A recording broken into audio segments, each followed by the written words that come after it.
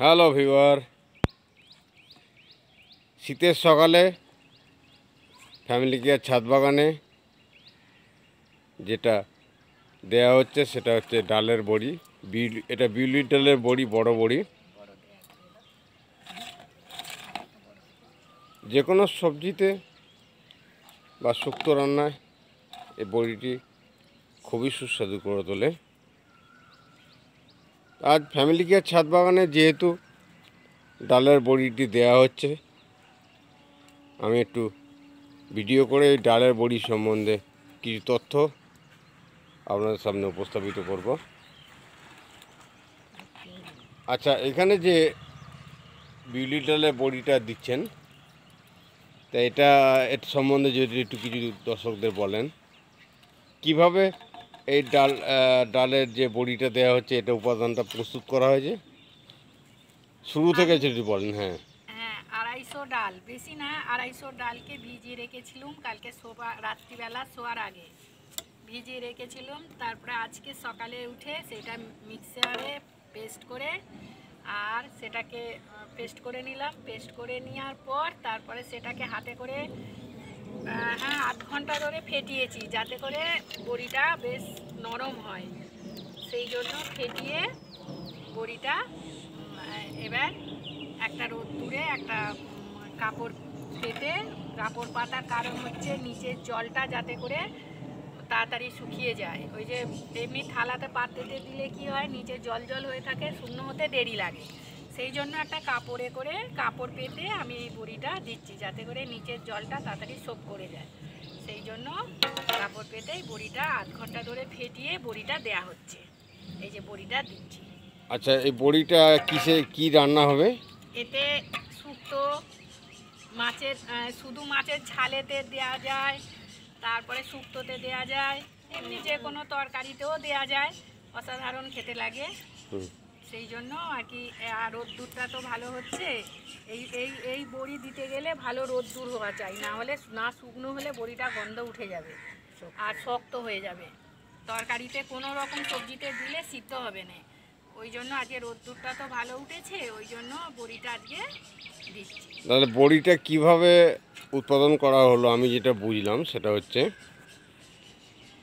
ডাল, 250 বিউলির ডালকে একটা পাত্রে রাত্রে শোয়ার সময় ভিজিয়ে রাখা হয়েছিল।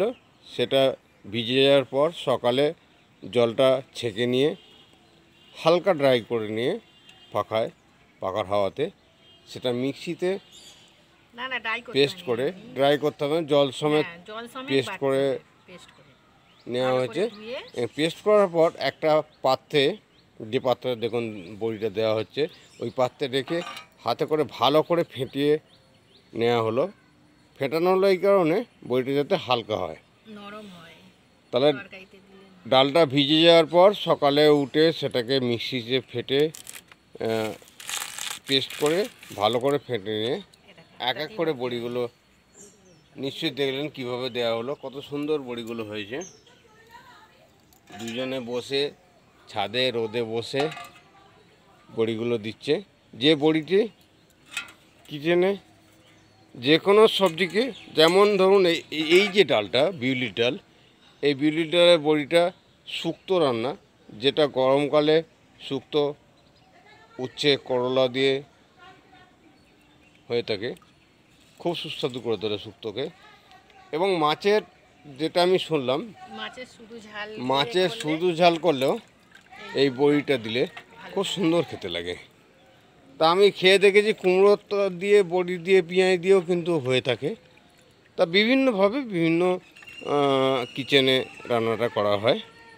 তা খুব সুন্দর লাগলো আজকে ফ্যামিলি কেয়ার ছাদ বাগানে বসে বিউলি ডালের বড়ি দেওয়াটা।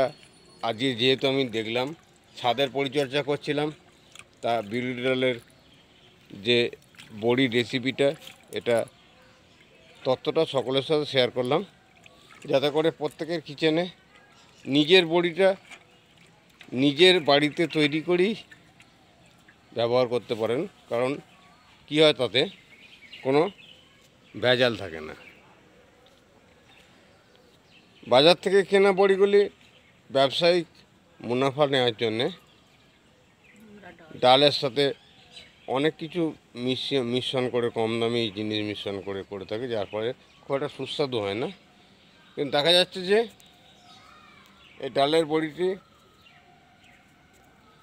বাড়িতে হওয়ার জন্য কত সুন্দর এবং সুস্বাদু হয়ে থাকে। তাই আজকে বিউলির ডালের বড়ি সম্বন্ধে ফ্যামিলি কেয়ার ছাদ বাগানের তরফ থেকে পরিবেশন করলাম, যাতে করে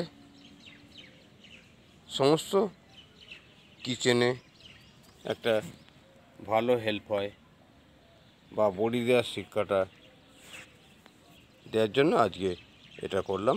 তাই সমস্ত দর্শকবৃন্দকে আন্তরিক শুভেচ্ছা ও অভিনন্দন জানিয়ে আজকে বিউলির ডালের বড়ি ভিডিওটি এখানেই শেষ করলাম।